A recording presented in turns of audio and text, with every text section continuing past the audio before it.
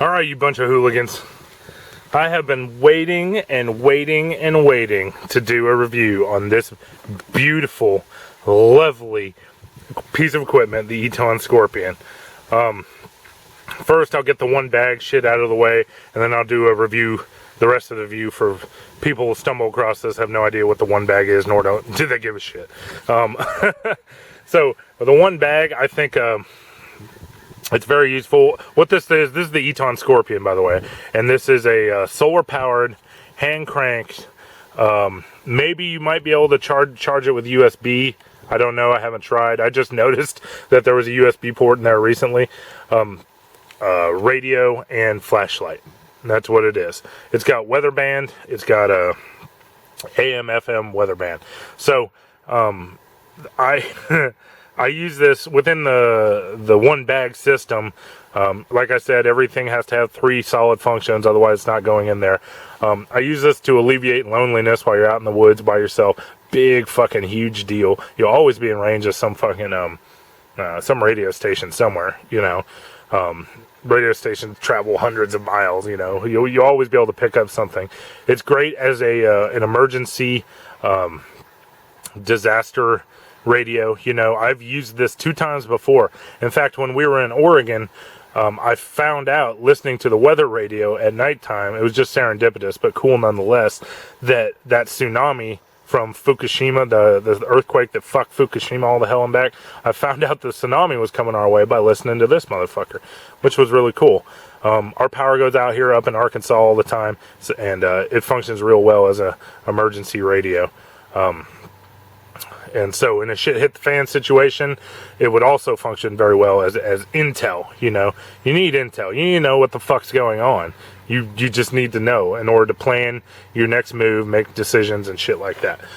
So those are the 3 uses for, oh, well, it also keeps time, which, meh. And also it has a flashlight on it, which we'll get to in a second here. So those are all useful things. But mostly, I don't know, the thing weighs 10 ounces. It's worth its weight in gold to me, especially after you hear the rest of the review about what the fuck this thing has been through. As you can see, it's pretty torn up, and I'm going to give you some crazy stories about this motherfucker. Okay, so which we should get to. So those are the uses in the one bag that I use, and that's why it goes in the one bag. Light, intel, alleviating loneliness, and it's, you know, recharges itself. You're supposed to be able to charge cell phones and shit with it. I don't know if you can do that. I've never tried. I think I read that the solar panel won't charge cell phones. If you want to charge a cell phone, you have to plug the cell phone in and use the hand cranker to crank it. So, anyway, without further ado, on with the part of the review I've been waiting decades, years, eons to fucking do. I should probably start by telling you I have a extreme hard-on for this radio. I love this thing, and I'll tell you why. I'll give you the history of it.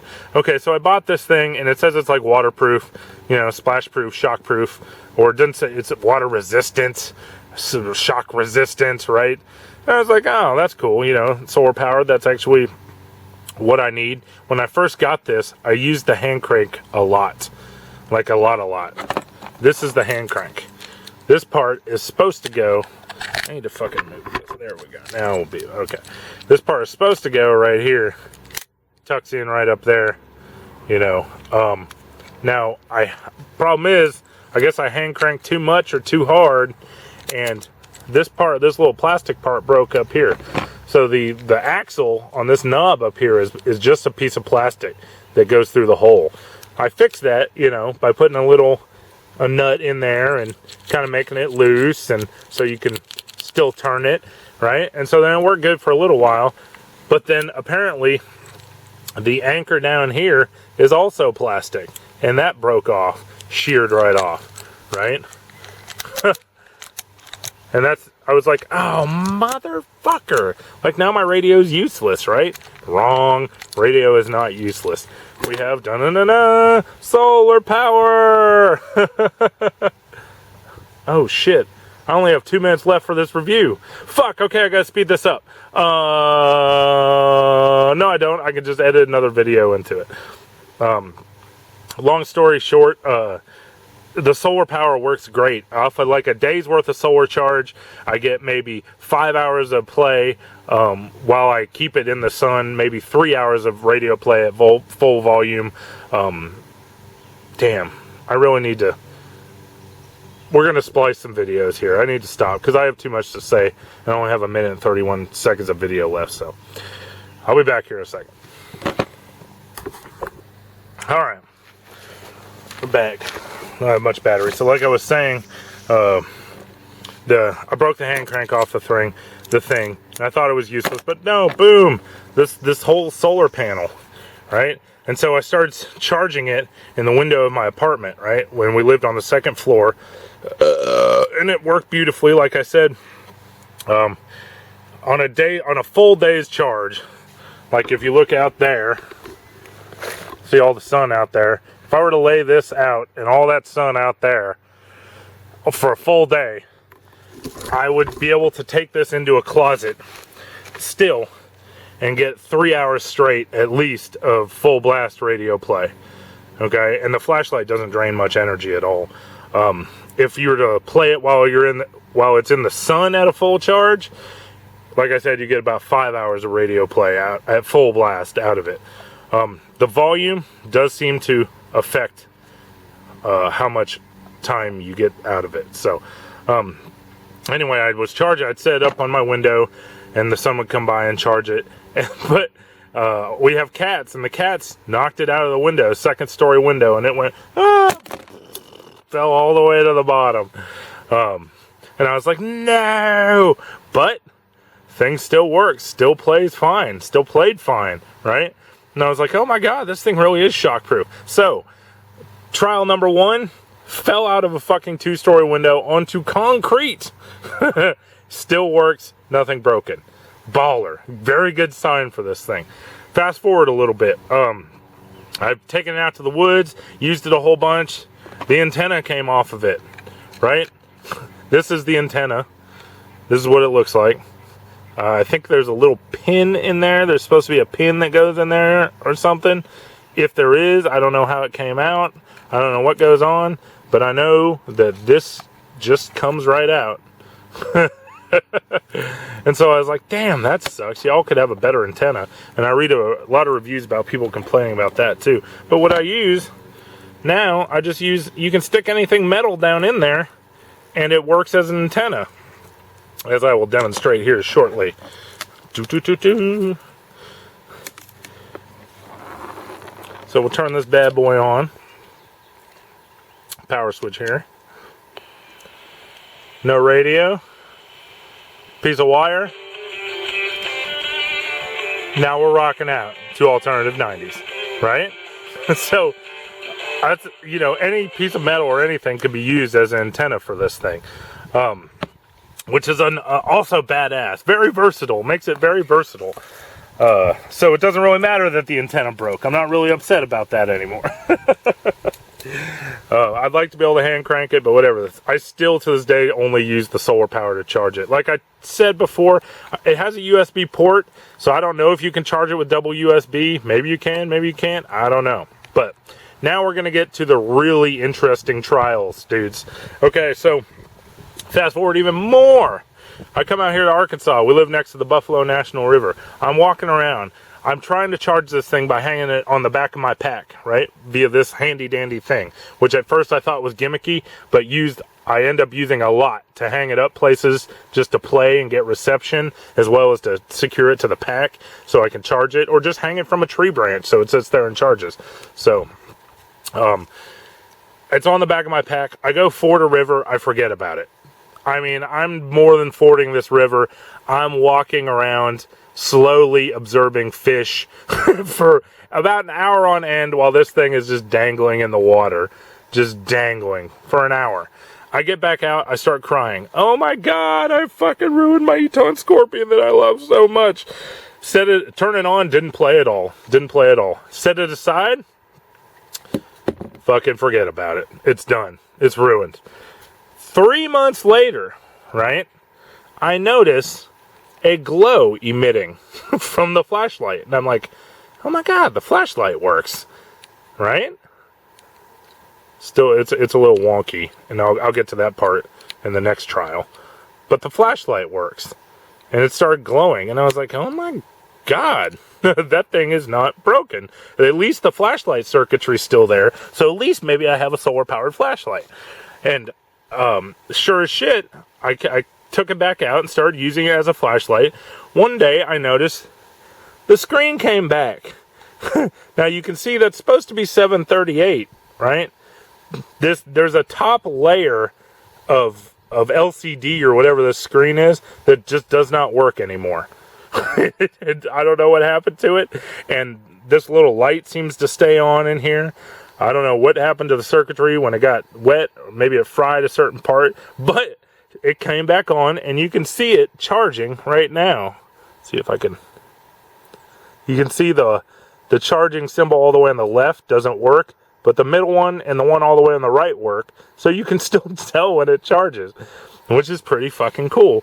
And I was like, oh my God, maybe it got wet, some circuitry fried, and it just dried back out, and now it fucking works, like you saw. So I was like, oh, that's so cool. Fast forward a little bit more. I'm out charging it in the sun. I forget about it, and it rains, downpour on the motherfucker, right? So I knowing what I know now, I'm like, I'll just air it out to dry somewhere. I took this top off of it, right? Just aired it out to dry somewhere. And sure as shit, like a week later, everything comes back on, and the light works, the radio works. That's fucking fantastic. So, trial 2, wetness, soaking wet multiple times. There's been other times when I've been like down to the river and I've been drunk and I didn't seal the dry bag correctly, and my wife and I used it as a flotation device to float down the river. Get out, this thing's soaking fucking wet, doesn't work, air it out, dry it out.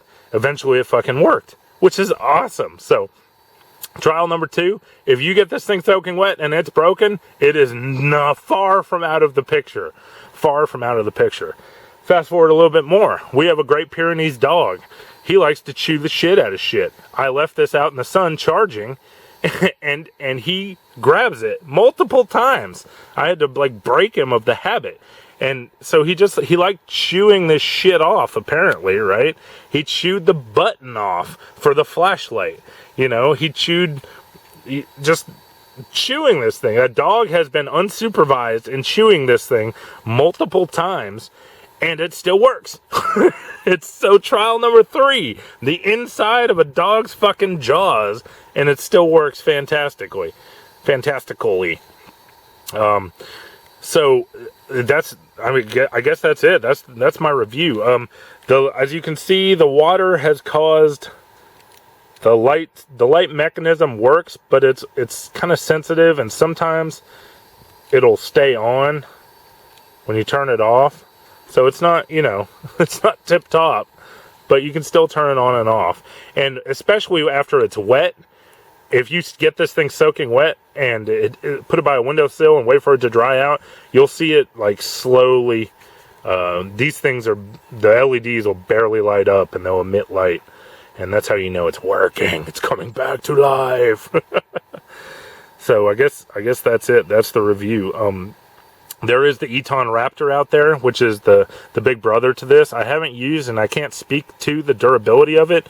If I had to venture a guess, I'd say it's less durable because it has more shit in it, like an altimeter, a barometer, a thermometer, shit like that, This is just, it's got a radio and a flashlight in it, and a screen. So that's, I prefer this over the Eton Raptor for that exact reason. One day maybe I'll get an Eton Raptor and use and abuse it, but so it still holds a good charge after all these years of being in a dog's mouth and floated down rivers and broken, and a decent enough charge to keep it in the pack. It's bomb proof, falling out of fucking windows. This is a great radio.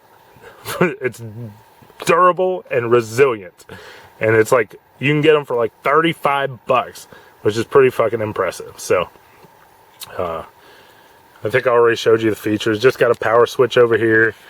Here, I'll plug this in. It's got a power switch right there. You can change the modes by clicking on this little M between AM, weather radio, and FM. Another thing I like about it is it's got a digital tuner. So you don't have to rely on the analog tuner. If you know where a station should be, your frequency, you can fucking tune it right there.